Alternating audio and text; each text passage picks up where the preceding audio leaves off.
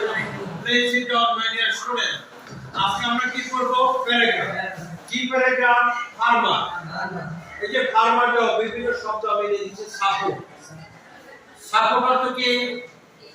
ভরণ পোষণ করা। সাপোর্ট অর্থ কি? ভরণ পোষণ করা। আমি এবারে এটা একটা তোমাকে বাক্য তৈরি করব।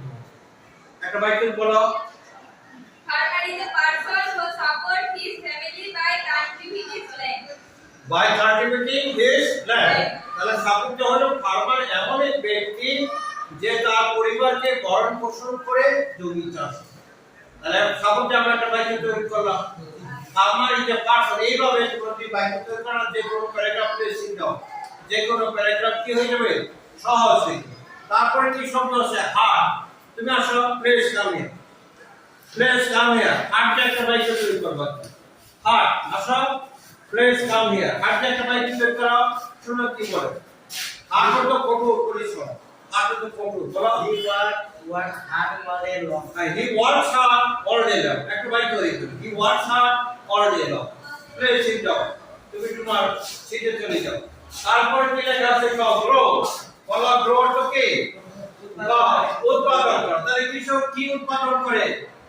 বাংলাতে খাও, ধান উৎপাদন করে, পাট উৎপাদন করে, পরে শাক সবজি উৎপাদন, গম উৎপাদন করে। তাহলে he grows of paddy, joe, wheat and vegetable. Let's sit down. এইভাবে যদি আমি প্যারাগ্রাফ লিখি, তোমরা লেখো, তাহলে প্যারাগ্রাফ তোমাদের মুখস্থ করতে হবে। এটা হলো system. It is a kind of practice about system. It is a technique. It is a technique. এই টেকনিক যদি করো তাহলে তোমার কি মেমোরাইজ করতে হবে না। Paragraph will be easy for you. আজকে আমরা কি এইগুলো যদি আমরা রাইটিং করি তাহলে আমরা কি হলো? আমরা যে কোনো জিনিস, আমরা যে কোনো প্যারাগ্রাফ লিখতে পারবো। এভাবে প্র্যাকটিস করো। Okay? Thank you very much. No more today.